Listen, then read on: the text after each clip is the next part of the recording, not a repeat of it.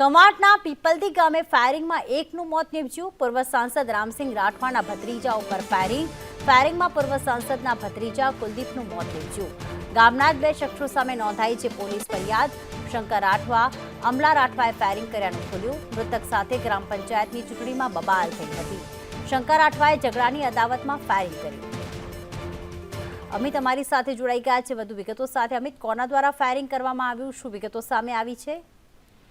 જી ચોક્કસ હું જણાવી દઉં કે છોટાઉદેપુર જિલ્લાનું જે પીપલદા ગામ છે તેના પૂર્વ સાંસદ રામસિંહ રાઠવા અને હાલના ટ્રાઇફેડના ચેરમેન જે રામસિંહ રાઠવા છે તેમના ભત્રીજા સાથે ગત ગ્રામ પંચાયતની ચૂંટણીમાં ગામના જ એક સૈનિક અને પૂર્વ સૈનિક છે અને શંકર રાઠવા કરીને જે પૂર્વ સૈનિક છે તેમને ઝઘડો થયો હતો અને એ ઝઘડાની અદાવત રાખી ગઈકાલે રાત્રે નશાની હાલતમાં આવી બાઇક ઉપર આવ્યા હતા અને કુલદીપને ગાળો દઈ અને બંદૂક એમની પાસે રહેલી હતી તેની ગોળી મારી અને હત્યા કરી દેવાની ઘટના સામે આવી છે।